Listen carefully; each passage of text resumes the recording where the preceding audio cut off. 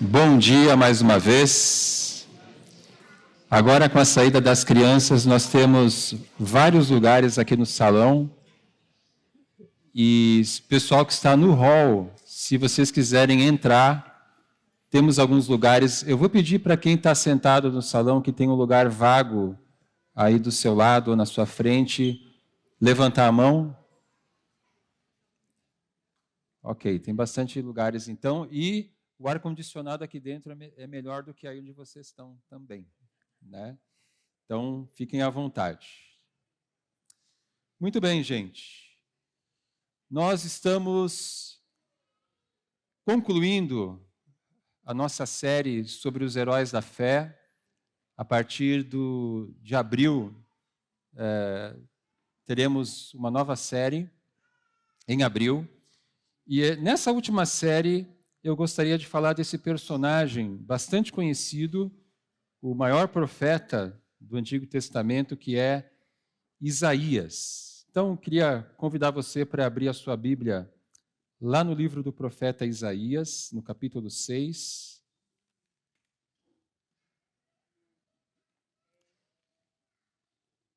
E nós vamos ler todo este capítulo.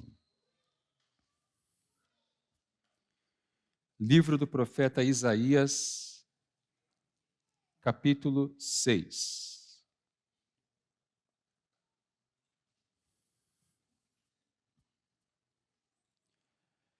Todos acharam? Diz assim a palavra de Deus. No ano em que o rei Uzias morreu, eu vi o Senhor assentado num trono alto e exaltado, e a aba da sua veste enchia o templo. Acima dele estavam serafins. Cada um deles tinha 6 asas. Com 2 cobriam o rosto, com 2 cobriam os pés e com 2 voavam. E proclamavam uns aos outros: Santo, Santo, Santo é o Senhor dos exércitos, a terra inteira está cheia da sua glória. Ao som das suas vozes, os batentes das portas tremeram, e o templo ficou cheio de fumaça. Então gritei: Ai de mim, estou perdido, pois sou um homem de lábios impuros e vivo no meio de um povo de lábios impuros. Os meus olhos viram o Rei, o Senhor dos exércitos. Logo, um dos serafins voou até mim, trazendo uma brasa viva que havia tirado do altar com uma tenaz.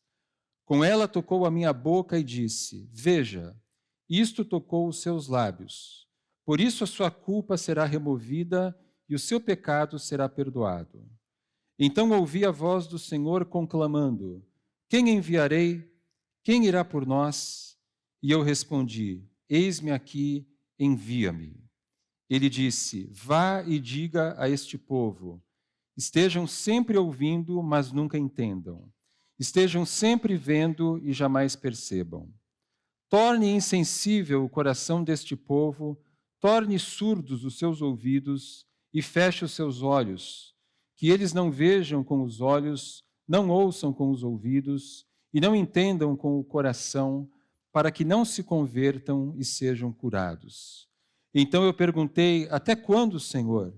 E ele respondeu: até que as cidades estejam em ruínas e sem habitantes, até que as casas fiquem abandonadas e os campos estejam totalmente devastados, até que o Senhor tenha enviado todos para longe e a terra esteja totalmente desolada. E ainda que 1/10 fique no país, esses também serão destruídos. Mas assim como o terebinto e o carvalho deixam o tronco quando são derrubados, assim a santa semente será o seu tronco. Quando Deus quer fazer alguma coisa, Deus usa pessoas. Deus criou homem e mulher para cuidarem do jardim do Éden. Deus chamou Noé para fabricar uma arca. Deus chamou Abraão para dar início à nação de Israel. Deus chamou José para livrar o Egito e o mundo da época da fome. Deus chamou Moisés para libertar o povo do Egito. Deus chamou Josué para que a terra prometida fosse conquistada. Deus chamou a rainha Ester para salvar os judeus de serem dizimados na Pérsia. E Deus se fez homem na pessoa de Jesus. E Jesus veio para nos trazer, para realizar a nossa salvação. E Deus usou Paulo para plantar diversas igrejas. Eu estou dando todos esses exemplos simplesmente para enfatizar que sempre que Deus deseja fazer algo, Ele usa pessoas. Deus não usa ideias, Deus não usa métodos, Deus não usa programas. Deus usa pessoas. E falando sobre como Jesus realizou o seu ministério, o Robert Coleman escreveu no seu livro O Plano Mestre de Evangelismo. Ele diz o seguinte: tudo começou com Cristo chamando alguns poucos homens para segui-lo. E isso revelou imediatamente a sua estratégia. A sua preocupação não foi com programas para alcançar as multidões, mas com homens que as multidões seguiriam. Jesus dedicou a maior parte do tempo que lhe restava na terra a estes discípulos. Ele literalmente investiu todo o seu ministério neles. Homens foram o seu método. Deus tem abençoado a nossa igreja, pessoas têm se convertido, pessoas têm sido discipuladas, têm crescido na fé, grupos têm se reunido, nossas células. Nós não somos uma igreja perfeita, temos muito que melhorar, mas Deus tem nos abençoado. E por que Deus tem nos abençoado? Além da sua graça e da sua bondade, é porque Deus tem usado pessoas. Deus tem usado vocês. Então Deus não usa ideias, Deus não usa programas, Deus não usa métodos, Deus usa pessoas. E se as pessoas são o método de Deus, como são as pessoas que Deus usa? E é sobre isso que eu quero falar nessa manhã, com base aqui no texto de Isaías, capítulo 6, que nós acabamos de ler. O profeta Isaías começou o seu ministério mais ou menos no ano 750 antes de Cristo, no século VIII antes de Cristo. E a nação de Israel, o povo de Deus, se afastou de Deus. E Deus então chama o profeta Isaías para anunciar uma mensagem de arrependimento. A lei de Moisés, que o povo conhecia muito bem, dizia que se Israel se tornasse rebelde, se Israel se tornasse idólatra, o castigo de Israel seria o exílio. Seus inimigos iriam invadir a nação e levar o povo escravizado para o exílio. E os primeiros capítulos de Isaías, eles nos dão um retrato da situação de Israel. Por exemplo, Isaías capítulo 1, versículo 3, diz que Israel se tornou idólatra. Isaías 1:3, o boi reconhece o seu dono, e o jumento conhece a manjedoura do seu proprietário. Mas Israel nada sabe, o meu povo nada compreende. O meu povo vai atrás de outros deuses. A corrupção se tornou normal. Capítulo 1, versículo 4. Ah, nação pecadora, povo carregado de iniquidade, raça de malfeitores, filhos dados à corrupção, abandonaram o Senhor e desprezaram o Santo de Israel e o rejeitaram. A violência se tornou comum. Capítulo 1, versículo 21.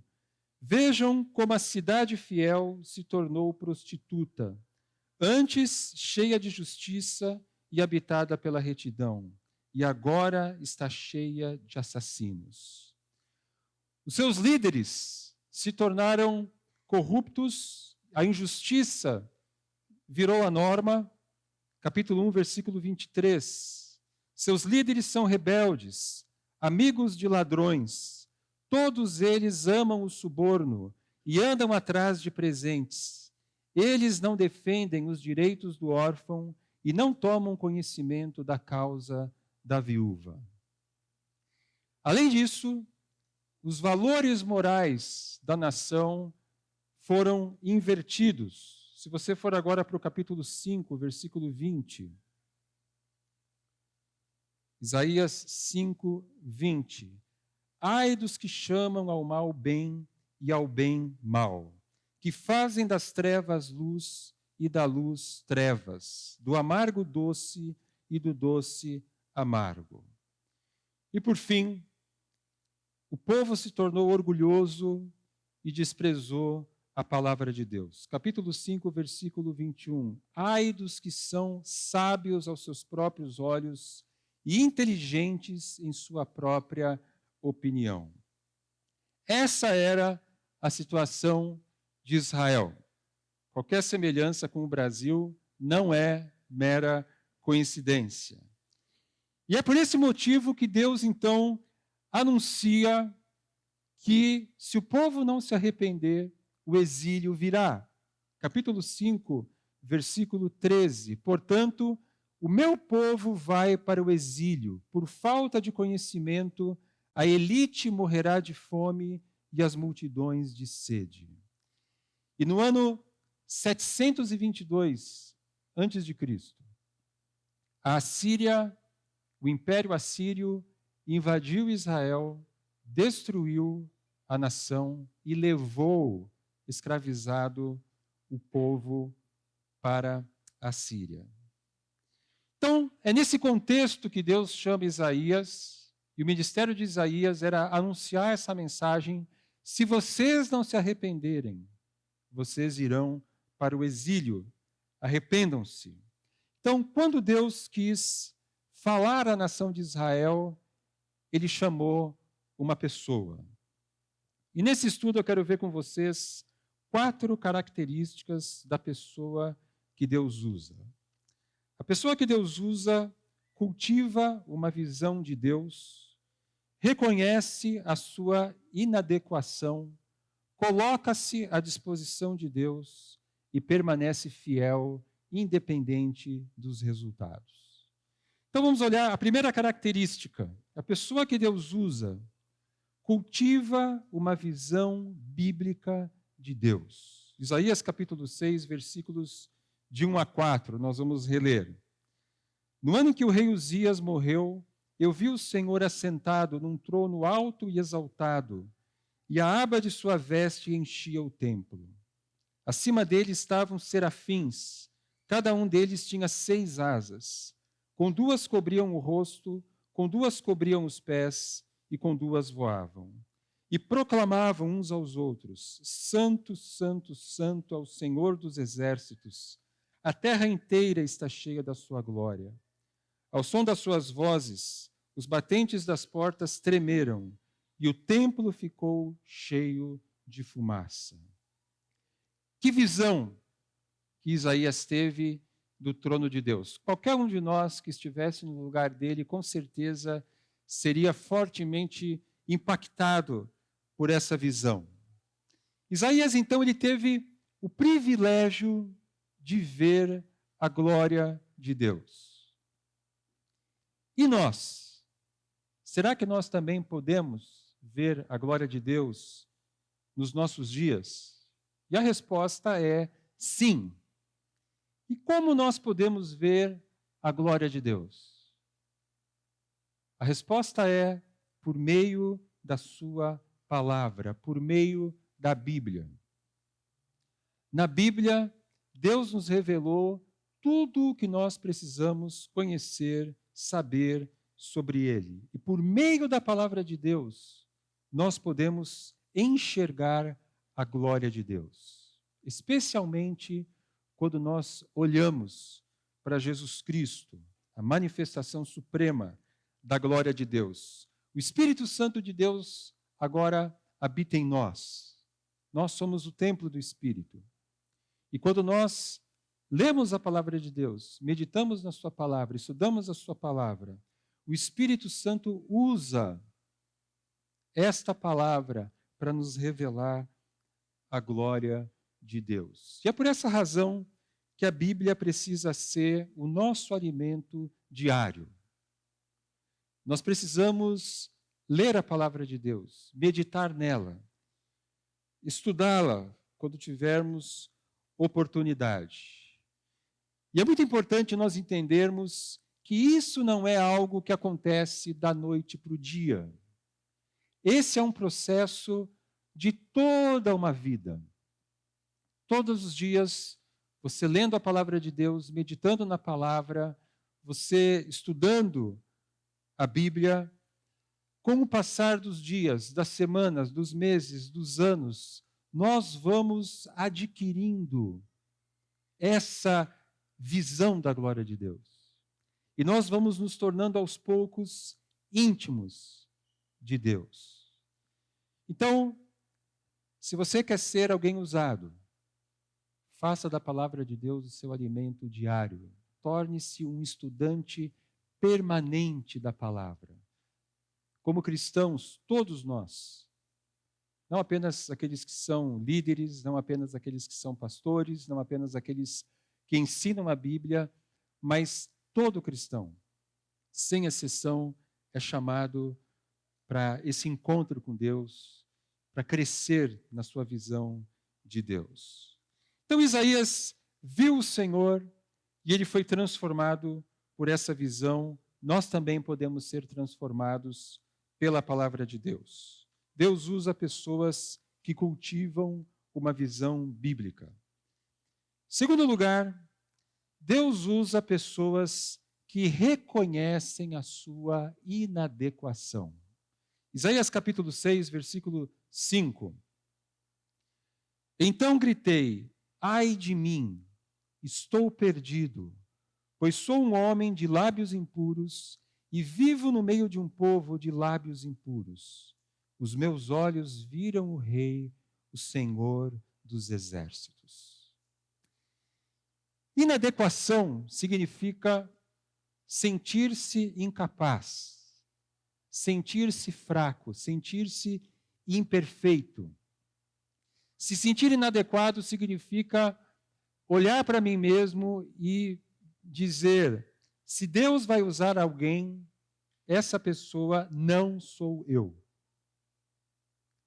E Isaías, então, ao ver a glória de Deus, ele também se vê como pecador. E na medida em que nós lermos a palavra de Deus e meditarmos na palavra de Deus, uma das coisas que vai acontecer conosco, ou deveria acontecer conosco, é nós percebermos a profundidade do nosso pecado, da nossa imperfeição. Mas Deus purifica Isaías. Versículos 6 e 7, Isaías 6, 6 e 7. Logo, um dos serafins voou até mim, trazendo uma brasa viva que havia tirado do altar com uma tenaz. Com ela tocou a minha boca e disse: veja, isto tocou os seus lábios. Por isso a sua culpa será removida e o seu pecado será perdoado. Então, simbolicamente, um daqueles anjos de 6 asas sai do trono de Deus, vai até o altar, pega uma brasa, toca nos lábios de Isaías e purifica os seus lábios. Agora, o altar era o lugar onde eram feitos os sacrifícios, onde os animais eram mortos, os cordeiros eram mortos, para o perdão dos pecados do povo. E é por isso que o altar tinha brasas, porque os animais depois eram queimados. Era o lugar onde o sangue do cordeiro era aspergido. Agora, nós também somos pecadores. Nós somos indignos da glória de Deus. Mas assim como um dos serafins saiu do trono de Deus e foi até Isaías tocar nos seus lábios, o próprio Deus saiu do seu trono e se fez homem na pessoa de Jesus Cristo. E ele entregou a sua vida por nós, no altar da cruz do Calvário. E lá ele derramou o seu sangue.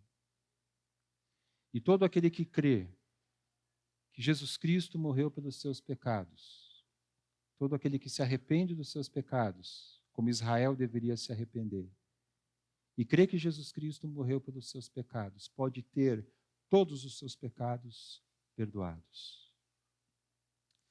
Então nós podemos nos sentir inadequados, nós podemos apresentar várias desculpas para não servirmos a Deus. Alguns vão dizer, eu sou jovem demais para servir a Deus. Outros vão dizer, eu sou velho demais para servir a Deus.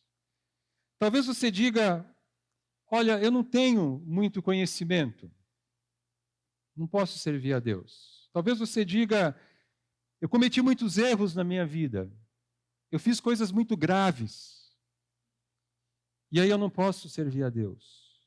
Talvez você diga, eu tenho muitos problemas na minha vida, a minha vida é muito complicada. E deixa eu dizer para você que nenhuma destas coisas é impedimento para você servir a Deus. Quando nós olhamos para os personagens bíblicos, a gente percebe que eles eram imperfeitos também. Por exemplo, Moisés, o grande libertador de Israel, que enfrentou Faraó, era gago. Davi foi um assassino e um adúltero. O profeta Jonas não queria ser profeta, fugiu de Deus. O apóstolo Paulo foi um grande perseguidor da igreja. Semana passada, no estudo sobre Estevão, que o Chesco trouxe para nós, Paulo, que era Paulo, aprovou o apedrejamento de Estevão. E depois ele mesmo saiu perseguindo os cristãos. E até mesmo Jesus foi considerado inadequado na sua época, porque ele não pertencia aos grupos judaicos da época. Jesus não foi fariseu, Jesus não foi um saduceu, Jesus não foi um zelote. Os zelotes eram os judeus que queriam que o Messias fosse um grande general que libertasse Israel do domínio romano. E Jesus não foi nada disso. Jesus, ele era considerado inadequado. E tanto é que ele foi rejeitado pelo seu povo. E a grande verdade é a seguinte: todos nós somos inadequados. Mas todos nós podemos ser usados por Deus. E isso nos leva à nossa terceira característica. Deus usa pessoas que se colocam à disposição dele. Isaías capítulo 6, versículo 8. Então ouvi a voz do Senhor conclamando: quem enviarei? Quem irá por nós? E eu respondi: eis-me aqui, envia-me. Então Deus usa Isaías quando Isaías se dispõe a ser usado por Deus. Então, o nosso problema não é a nossa inadequação. O nosso problema é a nossa indisponibilidade para Deus. Não é que nós somos inadequados, é que muitas vezes o nosso coração não está disponível para Deus. Nós não dizemos de coração para Deus: Senhor, eis-me aqui, envia-me. Senhor, usa-me. Agora, quando nós não servimos a Deus, a nossa vida ela fica muito empobrecida. Quando nós nos dedicamos ao nosso trabalho, aos nossos estudos, e não há problema nenhum em você se dedicar ao seu trabalho, aos seus estudos, mas quando nós só vivemos para o nosso trabalho, para os nossos estudos, e não servimos a Deus, e nós podemos usar o nosso trabalho como um meio de servir a Deus, nós podemos usar o nosso ambiente de estudo também como um meio de servir a Deus, mas quando isso não acontece, a nossa vida se torna medíocre, ela se torna sem propósito. Nós nos realizamos quando nós usamos os nossos dons, os nossos talentos, o nosso tempo, os nossos recursos para servir a Deus. Quando nós fazemos isso, a nossa vida ganha sentido. Nós temos aquela sensação de que a vida vale a pena, de que nós estamos glorificando a Deus. E quando nós não servimos a Deus, o reino de Deus também fica empobrecido. Pessoas não se convertem se nós não evangelizarmos. Pessoas não amadurecem se nós não discipularmos. Nós não amadurecemos se não somos discipulados. A igreja não cresce se não surgem novos líderes. A obra missionária não acontece se nós não investimos em pessoas, se nós não investimos os nossos recursos. Então vamos nos lembrar, Deus usa pessoas. Deus não usa ideias, Deus não usa métodos. E por último, Deus usa pessoas que permanecem fiéis, independente dos resultados. Isaías capítulo 6, versículos 9 e 10. Ele disse: vá e diga a este povo, estejam sempre ouvindo, mas nunca entendam. Estejam sempre vendo e jamais percebam. Torne insensível o coração deste povo, torne surdos os seus ouvidos e feche os seus olhos, que eles não vejam com os olhos, não ouçam com os ouvidos e não entendam com o coração, para que não se convertam e sejam curados. O que acontece aqui é que Deus já sabia qual seria a resposta do povo. E Deus já diz para Isaías qual será o resultado. Isaías, estou mandando você para chamar esse povo ao arrependimento e eles não vão ouvir você. E o exílio virá. O que eu e você faríamos no lugar de Isaías? A gente diria assim: Senhor, então, obrigado por essa visão, mas assim não vai dar. Mas graças a Deus, Isaías não fez isso. Ele cumpriu a missão que Deus lhe deu. Ele confronta o povo do seu pecado, ele chama o povo ao arrependimento, mesmo sabendo que o povo não iria se arrepender. Agora, é muito interessante, talvez você tenha se dado conta disso, que Jesus cita esse texto que nós acabamos de ler como algo que se refere ao seu ministério. Jesus aplica esse texto para o seu ministério. Assim como Israel rejeitou a mensagem de Isaías, Jesus diz que o Israel do seu tempo o rejeitaria como Messias, como o rei do seu povo. Agora, o livro de Isaías é um dos livros mais importantes da Bíblia. É o livro que mais fala do Messias no Antigo Testamento. É no livro de Isaías que nós encontramos Isaías capítulo 53, que fala da morte do Messias no lugar do seu povo.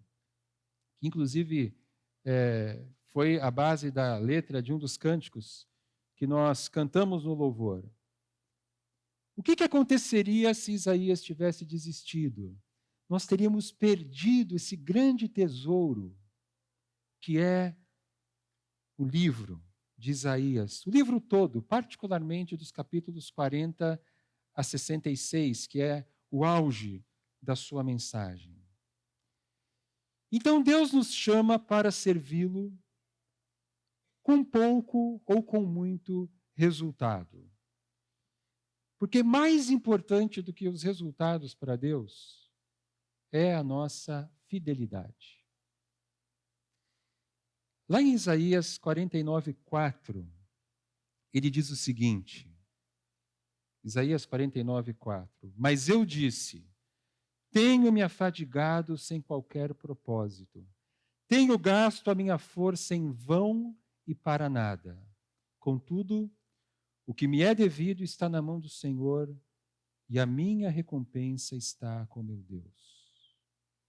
É muito bonito que Isaías, ele desabafa a sua frustração, ele é sincero aqui, mas ao mesmo tempo, ele reconhece que Deus o recompensará pela sua fidelidade. E quantas vezes nós não desanimamos, quantas vezes eu e você não pensamos em desistir? Servir a Deus pode ser muito difícil. Nós evangelizamos, poucos se convertem. Muitas vezes nós investimos anos na vida de pessoas e parece que aquelas pessoas não amadurecem, parece que aquelas pessoas, ano após ano, não crescem, não se tornam pessoas maduras. Muitas vezes nós não nos sentimos reconhecidos, muitas vezes nós nos sentimos invisíveis, ou não nos sentimos valorizados. Muitas vezes servir a Deus pode ser algo extremamente cansativo, extenuante, e nós podemos dizer as mesmas palavras de Isaías, nós podemos dizer, olha, eu tenho me afadigado sem qualquer propósito, tenho gasto a minha força em vão e para nada. Mas nós temos que lembrar da segunda parte desse versículo. O que me é devido está na mão do Senhor, e a minha recompensa está com o meu Deus. Quero terminar essa mensagem lendo com vocês um texto do Novo Testamento, 1 Coríntios, capítulo 4. 1 Coríntios, capítulo 4. E nós vamos ler dos versos 1 a 5.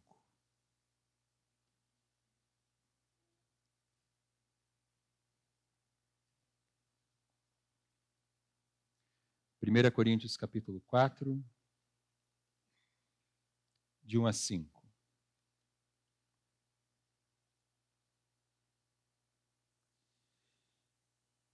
Diz assim o apóstolo Paulo: portanto, que todos nos considerem como servos de Cristo e encarregados dos mistérios de Deus. O que se requer destes encarregados é que sejam fiéis. Pouco me importa ser julgado por vocês ou por qualquer tribunal humano. De fato, nem eu julgo a mim mesmo. Embora em nada a minha consciência me acuse, nem por isso justifico a mim mesmo. O Senhor é quem me julga. Portanto, não julguem nada antes da hora devida. Esperem até que o Senhor venha. Ele trará à luz o que está oculto nas trevas e manifestará as intenções dos corações. Nessa ocasião, cada um receberá de Deus a sua aprovação. O que se requer destes encarregados é que sejam encontrados fiéis. Um dia, todos nós compareceremos perante o tribunal de Cristo para termos as nossas obras julgadas e as nossas ações serão julgadas. Mas tão importante quanto as nossas ações, as nossas motivações serão julgadas. O que fazemos, por que fazemos? E aí cada um de nós receberá de Deus o seu louvor. Então, veja bem, Deus está mais interessado no nosso coração do que nos resultados que nós obtemos. Deus está interessado mais na nossa fidelidade do que nos resultados. Se você der o melhor de si e tiver ótimos resultados, amém. Se você der o melhor de si e tiver pouco resultado, amém também. Deus não usa ideias, Deus não usa métodos, Deus usa pessoas. E a pessoa que Deus usa, ela tem 4 características. Ela cultiva uma visão bíblica de Deus, como diz Isaías, eu vi o Senhor. Ela reconhece a sua inadequação, como disse Isaías, ai de mim, sou pecador. Ela coloca-se à disposição de Deus, eis-me aqui, envia-me. E ela permanece fiel, independente dos resultados. Ela vai dizer, como disse Isaías, a minha recompensa está com o meu Deus. E eu queria terminar com essa pergunta. Você quer ser uma pessoa usada por Deus? Você deseja ser uma pessoa usada por Deus, como Isaías foi? Feche seus olhos, curve a sua cabeça. Queria chamar a equipe de louvor para a gente cantar um último cântico. Nós vamos orar.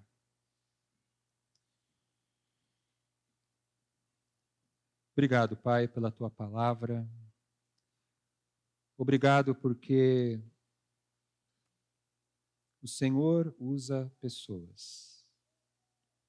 Obrigado pelo exemplo de Isaías e obrigado porque o exemplo dele nos desafia.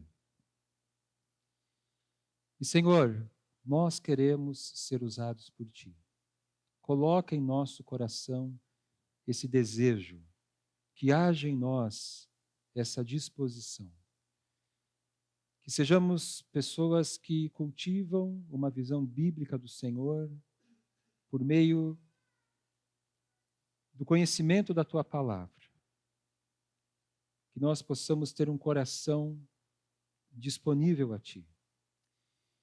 E, Senhor, que o Senhor nos dê um coração fiel,